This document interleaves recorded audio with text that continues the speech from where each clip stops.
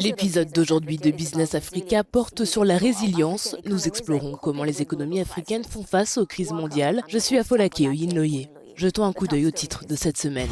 L'invasion de l'Ukraine par la Russie, qui survient dans le sillage de la pandémie, a provoqué l'instabilité de l'économie mondiale. Avec une inflation record, des dirigeants du monde luttent toujours pour mettre fin aux deux crises. Nous aurons un éclairage du rapport sur la stabilité financière mondiale. Misant sur une demande soutenue de l'avocat, la Zambie a rempli toutes les conditions pour exporter le fruit vers les pays de l'Union européenne. Le premier envoi de plus de 37 tonnes d'avocats zambiens marque le début d'énormes opportunités de marché pour les producteurs de fruits dans le pays. Les prix des matériaux de construction ont bondi à un niveau jamais atteint sur le marché du logement, faisant craindre aux futurs constructeurs de maisons des temps plus difficiles. Nous explorons l'effet domino que les prix du ciment au Nigeria ont sur les autres pays africains. Quel est l'état du système et des marchés financiers mondiaux? Comment les marchés émergents comme les fintechs sont financés au niveau mondial? Quels défis et quelles vulnérabilités la croissance rapide de la fintech pourrait-elle exposer pour la stabilité financière dans le monde? Ces questions et bien d'autres sont abordées dans le dernier rapport sur la stabilité financière mondiale. Le Fonds monétaire international a abaissé les perspectives de croissance mondiale qui s'établissaient à 4,4% en janvier.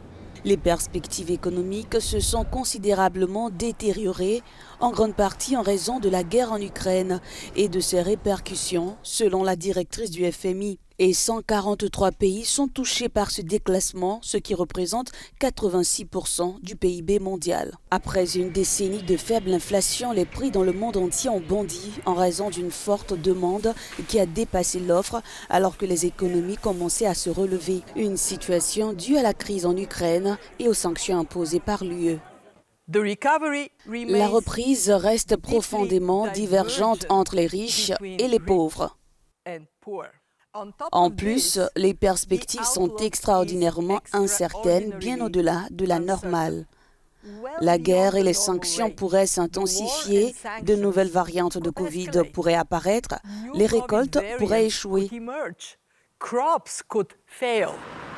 Cette situation complique d'autant plus l'élaboration des politiques puisque les principales banques centrales, au lieu de contenir l'inflation, ont au contraire augmenté les coûts d'emprunt pour les marchés émergents.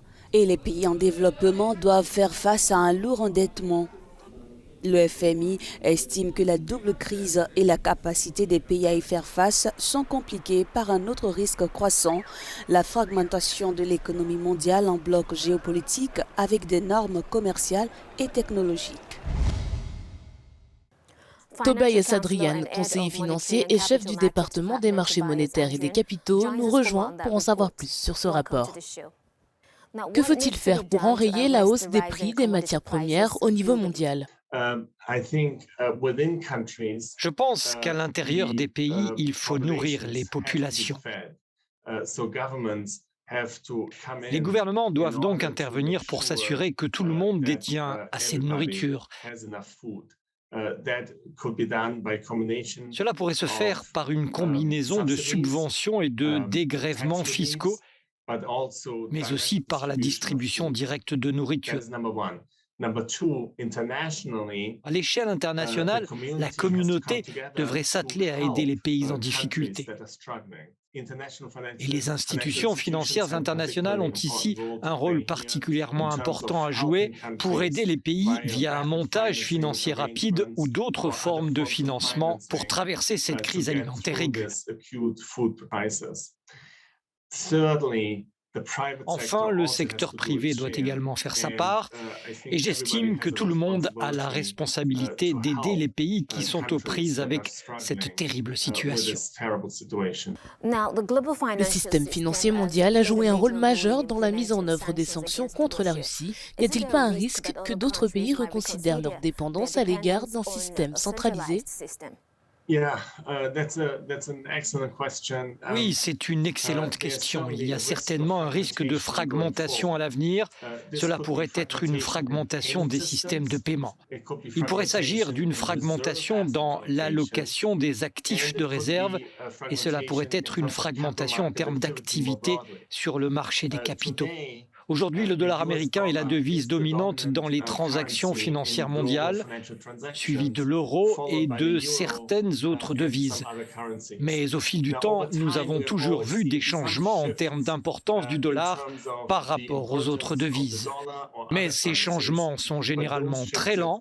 Nous nous attendons donc à ce qu'il y ait un certain mouvement vers d'autres devises, mais nous ne nous attendons pas à ce que ce soit dramatique à ce stade. Compte tenu des effets de la pandémie et de la guerre sur les systèmes de la chaîne d'approvisionnement mondiale, quels remèdes ou garde-fous peut-on mettre en place pour protéger l'économie mondiale?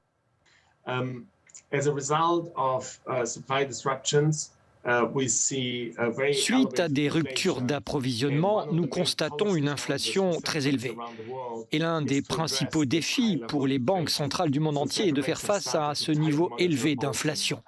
Les banques centrales ont donc commencé à durcir leur politique monétaire, mais bien sûr, elles doivent aussi avoir des politiques plus macroéconomiques qui visent à résoudre les ruptures d'approvisionnement. Par exemple, en Chine, où de nombreuses villes sont à nouveau fermées à cause du Covid, le gouvernement prend des mesures pour s'assurer que les chaînes d'approvisionnement continuent de fonctionner.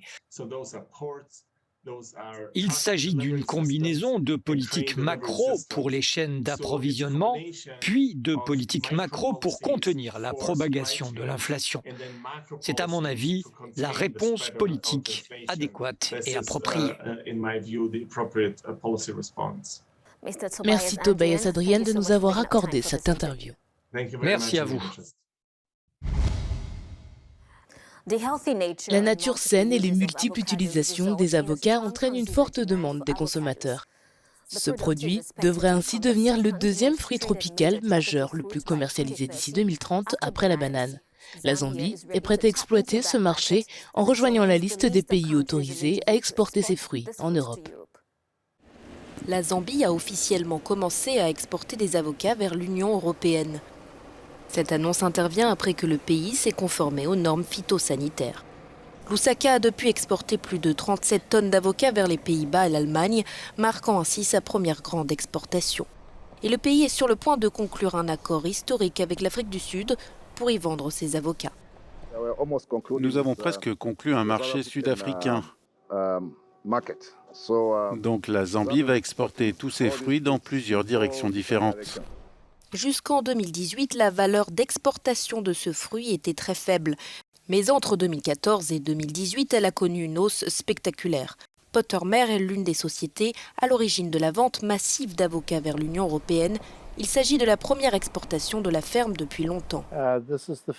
C'est le premier chargement d'avocats que nous exportons de la ferme, qui a commencé il y a 11 ans. Nous sommes très enthousiastes à ce sujet. Évidemment, c'est quelque chose de complètement nouveau, un produit zambien. Je tiens à remercier toutes les personnes qui ont rendu cela possible, toute la chaîne de valeur qui a travaillé ensemble. Ce n'est pas seulement une question d'agriculture, mais aussi de marché, de logistique, de règles ou de réglementations à respecter pour pouvoir exporter. Un tel marché est une aubaine pour les producteurs d'avocats et pourrait susciter de nouvelles vocations auprès de la population active zambienne. L'Afrique du Sud est actuellement le plus grand consommateur et producteur du fruit du continent. Les prix du ciment n'ont cessé d'augmenter. Le Nigeria possède de loin la plus grande industrie du ciment en Afrique de l'Ouest. Dans ce rapport, nous examinons les raisons de cette augmentation et son effet sur les autres pays africains. Nous étudions également l'impact de cette hausse sur les projets de construction en cours ou prévus dans le pays le plus peuplé d'Afrique. Le prix du ciment au Nigeria n'a cessé d'augmenter malgré les difficultés indicibles que connaît l'économie du pays. Une hausse de plus de 177% du produit de base a été constatée, passant de 1800 à 5000 naira, soit environ de 3 à 10 dollars américains comme on peut l'observer actuellement dans diverses régions du pays. Les analystes estiment que cette tendance pourrait entraver les efforts visant à combler le déficit de logements existant et conduire à l'abandon des projets de construction en cours.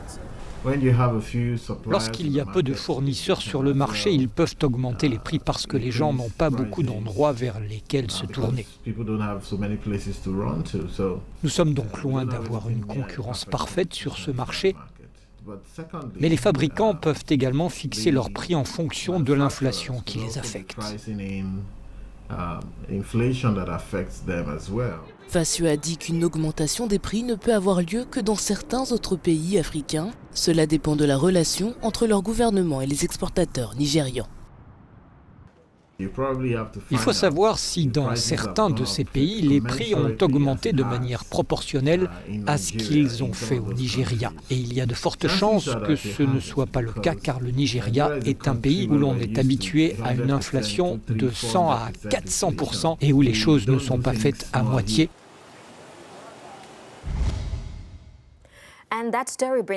Et cette histoire nous amène à la fin de l'épisode de Business Africa de cette semaine. Nous espérons pouvoir raconter vos histoires dans les domaines de la fintech, de l'avocat et de la construction qui ont été présentés aujourd'hui. Restez à l'écoute d'africanews.com pour plus d'informations sur les affaires.